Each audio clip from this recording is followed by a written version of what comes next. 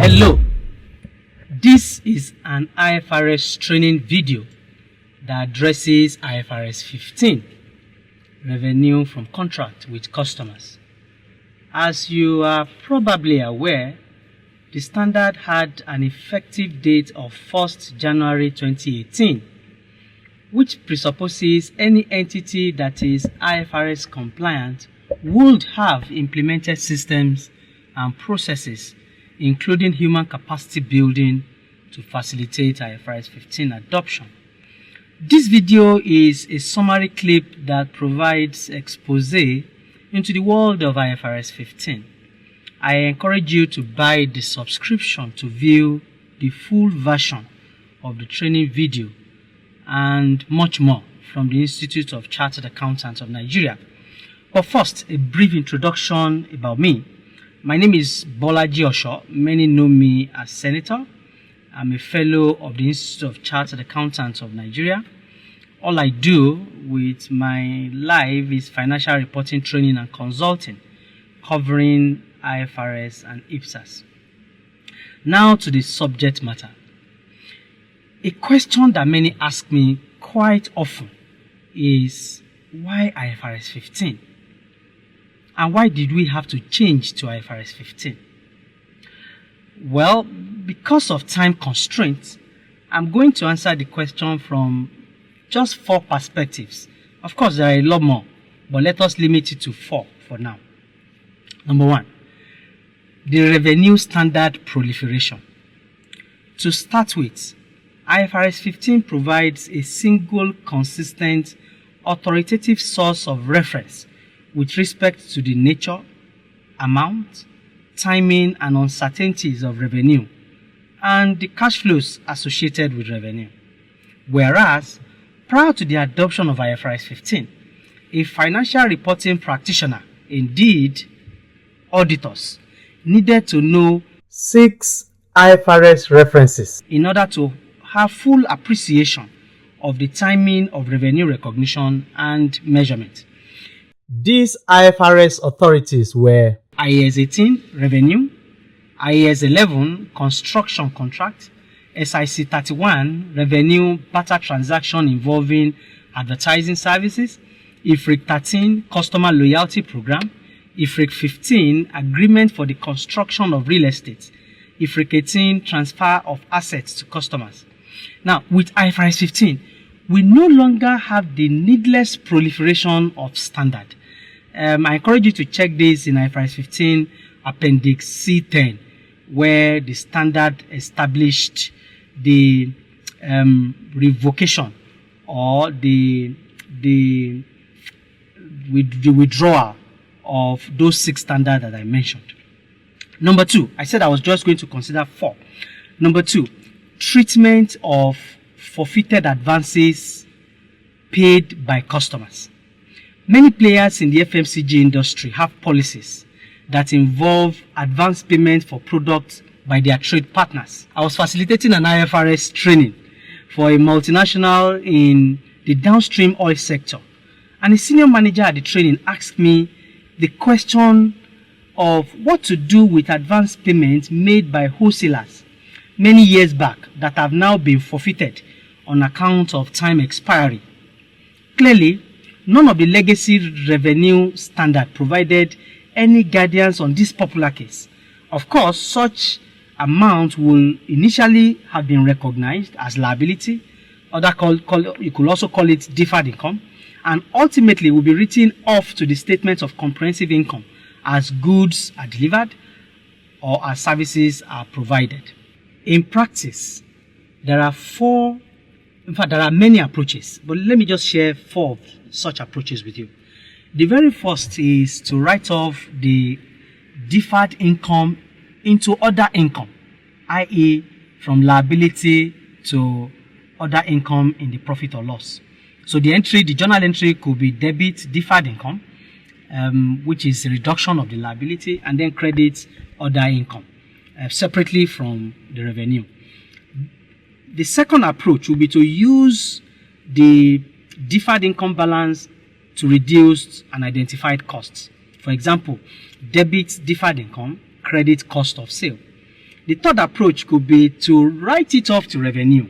So the entry could be debit deferred income, credit revenue. In fact, there is an extreme approach, which is to credit retained earnings directly. And the entry will be debit deferred income, credit retained earning. Now, this is the issue. In the past, treatment of such forfeited advance payments varied widely. And as indicated earlier, there was no guidance from the legacy revenue standard as to how the acceptable treatment for such transactions. However, IFRS 15 refers to such deferred income, which essentially I mentioned is a liability. It refers to it as brokerage. I encourage you to check IFRS 15 Appendix B45. And the standard IFRS 15 is quite categorical that such amounts be recognized as revenue. That's Appendix B46 IFRS 15. But before recognizing the amount as revenue, the standard requires that the amount be constrained, i.e., you should subject it to constraining based on paragraph 56 and 57 of IFRS 15. Now, the third issue that I said I was going to talk about just for is expense or capitalization of related costs of any revenue. IAS 18, paragraph 14E and 20D make cost recognition and measurement conditions for recognizing revenue. In fact, IAS 18 paragraph 19 further reinforced the concept of matching. A careful assessment of those paragraphs could be misconstrued to mean certain PPE items are written up to profit or loss if they constitute related cost to revenue. Let me give you an example into this. Assuming an accounting firm won a contract of service worth, say, 1 million, and the only cost incurable is the purchase of a laptop worth, say, 200,000. Many have justified the quoted paragraphs, i.e. the paragraph 20D, in this case, IAS 18, since is a contract of service, as reason for expensing the laptop that otherwise falls within the scope of another standard, in this case, IAS 16. Now, IFRS 15 has resolved the potential for ambiguous interpretation. In IFRS 15, paragraph 95-96, it requires an initial check of whether a particular cost element associated with revenue falls within the scope of another standard, i.e., it could be IAS 2 inventory, IAS 16 property, plant and equipment, or IAS 38 intangible assets. And if so, this standard prevail over IFRS 15 as far as the costs are concerned. Then the last one, significant financing component. In instances where transaction price exceeds the cash price of a particular merchandise, i.e. product or service, and solely due to the potential for deferred payment, i.e. the cash selling price of a particular product is less than the agreed transaction price, simply because of deferment in payment, i.e. the customer is not going to make payments on delivery. IAS 18 paragraph 11 requires that the entity recognizes revenue in the amount of cash selling price. Many found it difficult applying this provision of the standard to short-term delays in receiving cash, e.g. between 6 to 8 months. The question many ask is, how many months of delays qualify as settlement on deferred terms? IFRS 15 paragraph 63 resolved this as a practical expedient to ignore the existence of significant financing components if the deferred period is 12 months or less. Further, it will appear that IAS 18 only emphasized suppliers' credit. In other words, customers' delays resulting in premium payments. In practice, either party could indeed enjoy credit, since customer could also pay less by paying in advance. This is also resolved in IFRS 15, paragraph 60. Now, this constitutes an overview of essentially why IFRS 15 is so important.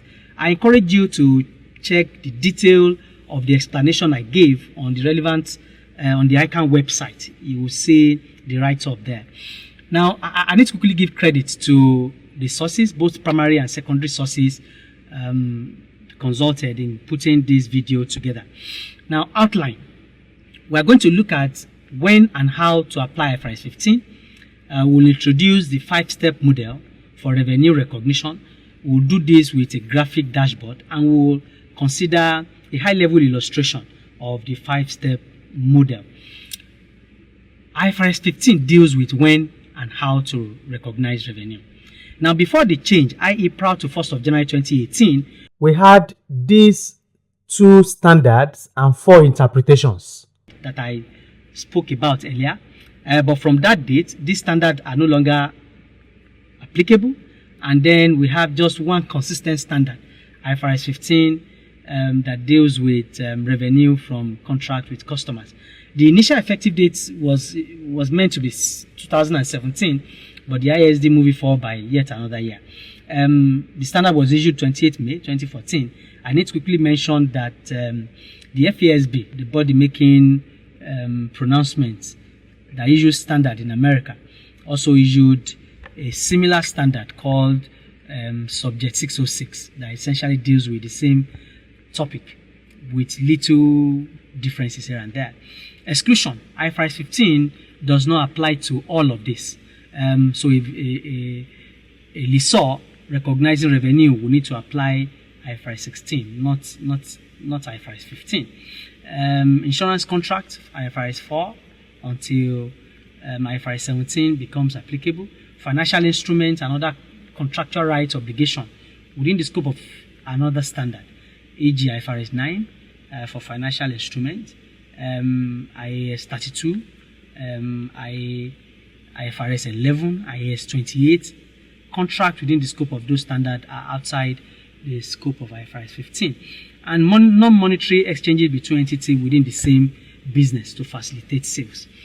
So if you have 2 entities in the same line of business exchanging inventories for them to facilitate sales, you will agree with me that those 2 entities do not constitute customers to themselves.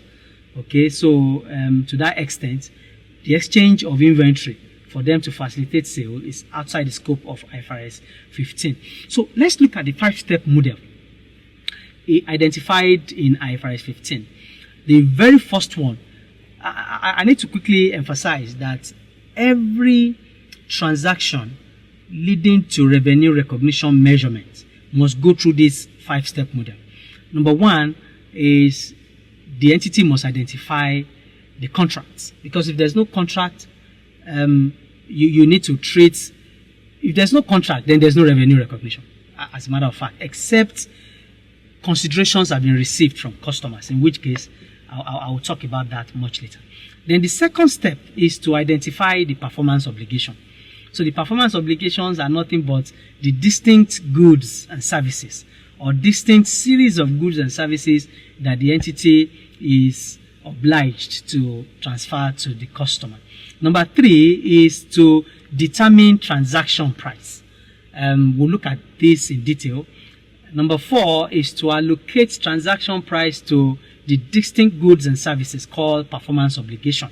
Then number 5 is to recognize revenue when, that is at a point in time, or as, that is over time. So recognize revenue when or as performance obligation is satisfied. Now, I have a dashboard here that explains the full gamut of IFRS 15. I'll just go through it. The detail will be found in the second video, which will be available on subscription.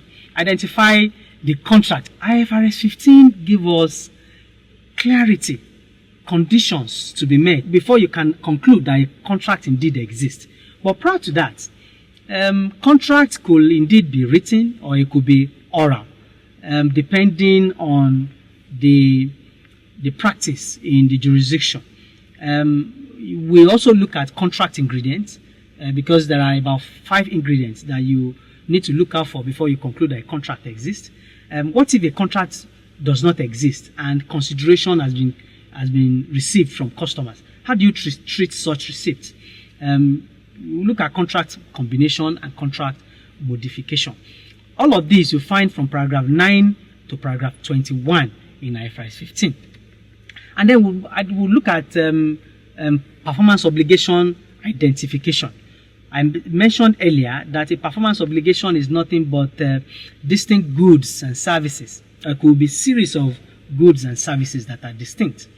For you to conclude that a performance obligation is distinct, there are 2 conditions that it must meet at the promise level and at the entities level. If performance obligations are not distinct, how do you treat them? If there are no transfer of control of assets to customers, then there's no performance obligation. And then performance obligation can be explicit, in which case they are hard-coded into the contract, or they can also be implied. All of this we'll look at in the second step. The third one is to determine transaction price. The transaction price will be determined based on consideration of these 6 items. So transaction price can be fixed, it can be variable. If it is variable, you need to estimate it first of all and subject the estimate to constraint. Constraining estimate of variable consideration is nothing but filtering the estimate through a strict prudence concept.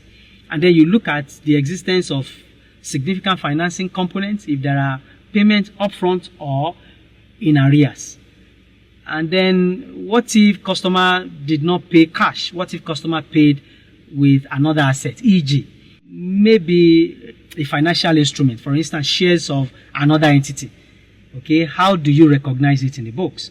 And then consideration payable to customers. There are instances when entities will need to make refunds to its customers. How are they treated? This you find from paragraph 46 to paragraph 72 of IFRS 15. The second step, identify the performance obligation, you find from paragraph 22 to paragraph 30. Then the fourth step is to allocate transaction price to performance obligations. This you find in paragraph 73 to paragraph 90. Allocation of transaction price to be done on relative standalone selling price. If the relative standalone selling price is not observable, then the entity needs to estimate it. There are methods of estimation identified in IFRS 15. There are important exceptions relating to discount and exception relating to variable consideration. The last one is recognized revenue when or as performance obligation is satisfied. This you find from paragraph 31 to paragraph 45. Okay, so performance obligation can be satisfied over time. It can also be satisfied at a point in time. In fact, an entity needs not identify whether it's satisfied at a point in time, because IFRS 15 paragraph 32 says if a performance obligation is not satisfied over time, then it is satisfied at a point in time. So the default check is in identifying whether the performance obligation is satisfied over time. If it is not, then it is satisfied at a point in time. Now, for performance obligation that are satisfied over time, an entity needs to estimate the progress measurement towards complete satisfaction of the performance obligation. The number 4, 5, 6 here in the category 5 are actually not part of the fifth step. IFRS 15 also provides guidance as to how to identify and measure costs to obtain a contract and costs to fulfill a contract, including cost amortization and cost to expense. This you find from paragraph 91 down. So we'll look at a high-level illustration that in a way summarizes some of the things I've explained. It's essentially a contract between a service provider called Mobile Phone PLC and one of its customers called Senator. Mobile Phone PLC entered into a contract with a customer called Senator on 1st of August 2000 and XY. In line with the contract, Senator subscribes for monthly plan for 12 months. And in return, Senator receives a free handset from Mobile Phone PLC. Senator will pay a monthly fee of 3,000. Senator gets the handset immediately after contract signature. Mobile Phone PLC sells the same handset for 9,000 naira and the same monthly plan for 2,400 per month without handset. Mobile Phone PLC has 31st December as its financial year. That essentially means the contract was entered into 5 months before the year end. Required. How should Mobile Phone PLC recognize revenues from the contract with Senator as at year end under IFRS 15? Compare the total revenue recognized at year end under IFRS 15 with IAS 18. We will now switch to Microsoft Excel to address this illustration. I have written out the steps out for you. We just need to fill it up. Number 1 is identify the contract. Question: does a contract exist between Senator and Mobile Phone PLC? The answer is yes. It could be oral, it could be in writing. Typically, such contract will need some form of documentation. So Senator will have written, will have signed, and then I will have signed certain documents before being privy or before being a party to this contract. So clearly, a contract exists. Clearly, okay. So there's a written contract in this case. Written contract, okay, between mobile PLC, Mobile Phone PLC, and a customer called Senator. And then the next, identify the performance obligation. Question: what are the deliverables in this contract? What are the expectations of the customer? What are the obligations of the merchant, in this case, or the service provider, Mobile Phone PLC? The service provider is expected to transfer control of handsets to his customer. That is number 1. The second is to provide airtime for Senator to make call all through the 12 months. So there are 2 performance obligations here. Caution: in this arrangement, in as much as the customer has the expectation prior to signing the contract of getting the handset itself constitutes a performance obligation. There is one that is explicit.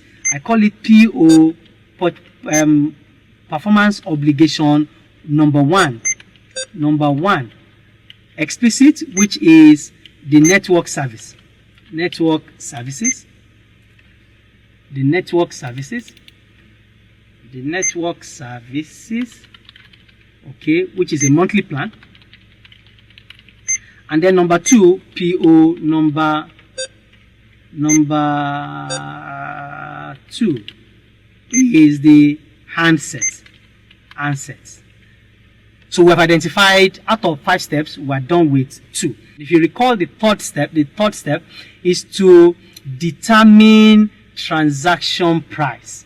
Determine transaction price. The transaction price here is monthly fee. If you remember, monthly fee payable by Senator, who is the customer. And then the monthly fee has been pegged at 3,000 per month. 3,000 per month. Now, it is important to emphasize this point, that the transaction price envisaged by the standard is not the transaction price for the year alone. It's transaction price for the entirety of the contract period, the total life cycle of the contract. And then the period of this contract is how many months? Month of subscriptions is 12 months. So total transaction price, therefore, transaction price is the 12 multiplied by 30, which is 36,000 naira. That is the transaction price. The first step is to allocate transaction price to performance obligation. The standard requires that transaction price be allocated based on relative standalone selling price. What that means is, if you were to sell the handset as a standalone, how much will it have been sold? If you check the question, the handset had a standalone selling price of 9,000. If you are to sell the service plan, i.e. the subscription, the airtime, that will have gone for 2,400 per month. So we'll need to allocate this 36,000 in proportion of 9,000 and 2,000 multiplied by 12, i.e. for the entire period. So let's do the allocation. Here we have performance obligation. Okay, we have network service, network service. Okay, that's the first performance obligation. The relative standalone selling price is, how much is it? 2,400 for how many months? 12 months. And then the relative standalone selling price of the handset is 9,000. So we need to allocate this 36,000 in proportion of these two, in proportion of the standalone selling price. Standalone selling price. Okay, and then allocation of the transaction price. Do not forget, we are allocating 36,000 to these two, to network services and handset, based on their relative standalone selling price. So it becomes this divided by the total multiplied by, in fact, let me freeze the total because I'll still need to drag it down, multiplied by 36,000. That is the relative standalone selling price there. Then this divided by this multiplied by the relative standalone selling price. Okay, and then meaning if you add these two together, you will have 36,000. So I have allocated 36,000 to network service and handset based on their relative standalone selling price. Caution: the transfer of the service and the handset are done at different times. For example, handset will be transferred based on the terms of the contract the moment the contract is signed, whereas network service will be transferred, the control of the service will be transferred to the customer over 12 months. So monthly, the entity called Mobile Phone PLC will recognize this as revenue every month divided by 12. So every month, Mobile Phone recognizes this amount as revenue, but the whole of this will be recognized as revenue immediately upon contract signature. Why? Because the whole phone is transferred. Hence, revenue allocated to that performance obligation handset is recognized immediately. Now, this is revenue. I also need to quickly mention that the terms and the periods of revenue recognition bears very little with the billing. The contract says senator will be billed how much per month? 3,000 per month.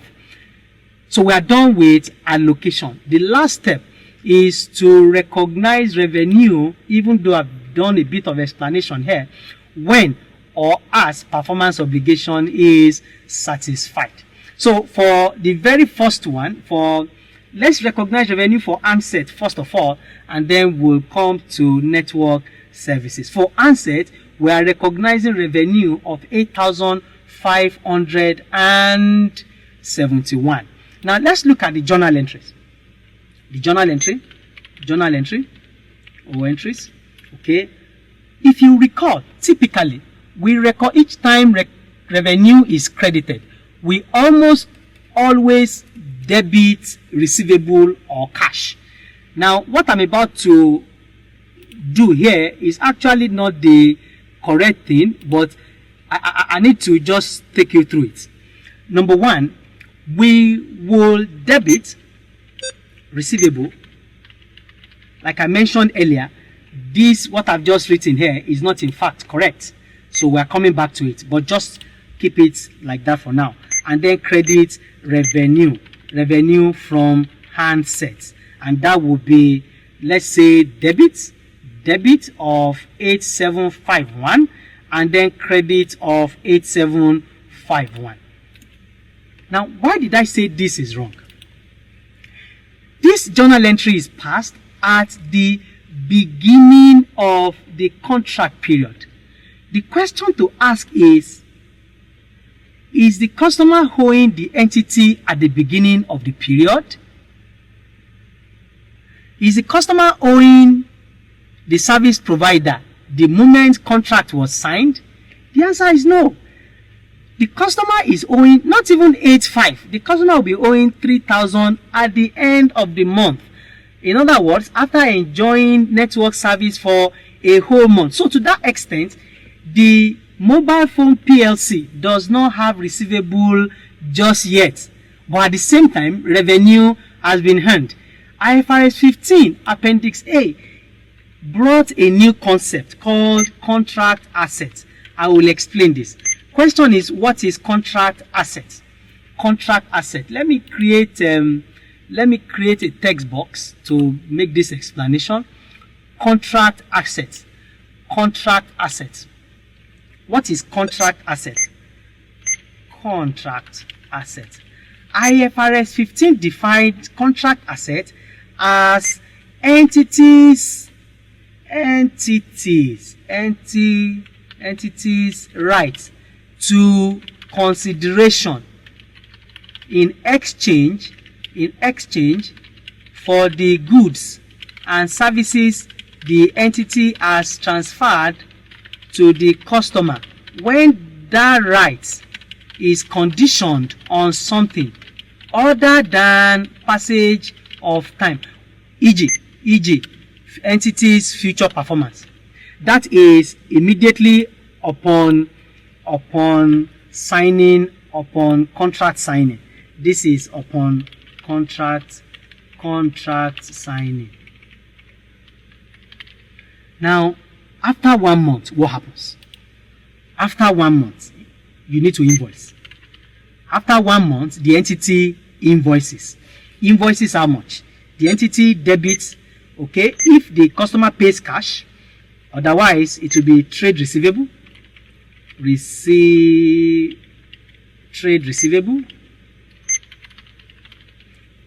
And then the amount the customer will pay is exactly not more than 3,000 for the month. And then the entity will recognize revenue from network services to the tune of how much? Of course, exactly 2286. And then the final credit is part payment for the contract asset earlier recognized. Contract assets, okay, which will be 1/12 contract assets, 1/12. In fact, you could just say it is different between this and that. That gives us 714. If you amortize 714 over 12 months, it will give you exactly. Let's do a check. If we credit contract asset for 12 months, what will it give us? It will give us exactly 8571, which will completely obliterate the amount earlier recognized. And that, with that, you will have fully gone through the 5-step model. Recall that the question also asks us to contrast the amount of revenue under those two standards. Under IFRS 15, how much revenue would you have recognized? IFRS 15 total revenue in 20x1. We'll have recognized revenue from the handset, and that much will be 8751.